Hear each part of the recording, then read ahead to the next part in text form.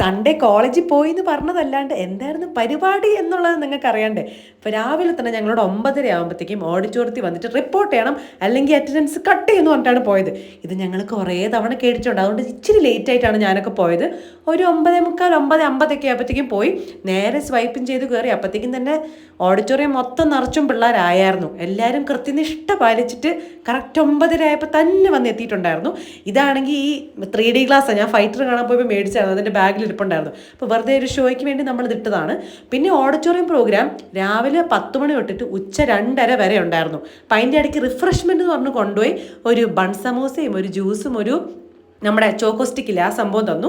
അങ്ങനെ അത് ഞങ്ങൾ കഴിച്ചിട്ട് തിരിച്ച് ഞങ്ങളുടെ പ്രവ ഡാൻസ് ടീമിൻ്റെ പെർഫോമൻസ് ഉണ്ടായിരുന്നു, അവരെടുത്ത് പോയൊരു ഹായും ഒരു ഓൾ ദി ബെസ്റ്റ് ഒരു ഉമ്മയൊക്കെ കൊടുത്തിട്ട് തിരിച്ച് വന്ന് ഉറക്കം വന്ന് കുറച്ച് നേരം ഇയർഫോൺ കേട്ട് പാട്ടൊക്കെ കേട്ടിട്ടൊക്കെ ഇരുന്നു.